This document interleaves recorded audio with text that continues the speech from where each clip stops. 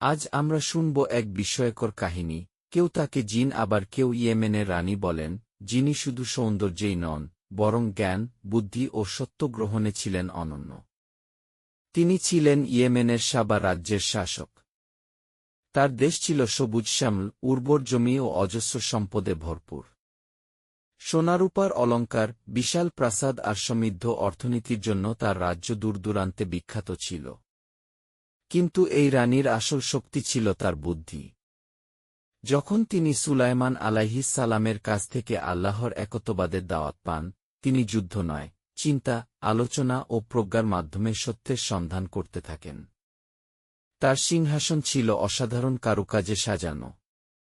আশ্চর্যের বিষয় হল, সুলাইমান আলাইহিস সালাম এর একজন সাহাবী আল্লাহর নামের বরকতে মাত্র এক পলকের ভেতর তার সিংহাসন দূর থেকে এনে ফেলেন, যা আজও মানুষের কাছে এক বিস্ময়। সবচেয়ে বড় আশ্চর্য হল, এত ক্ষমতা, সম্পদ ও রাজত্ব থাকা সত্ত্বেও এই রানী সত্যের সামনে নত হন। তিনি ঘোষণা করেন, আমি বিশ্বজগতের পালনকর্তা আল্লাহর কাছে আত্মসমর্পণ করলাম।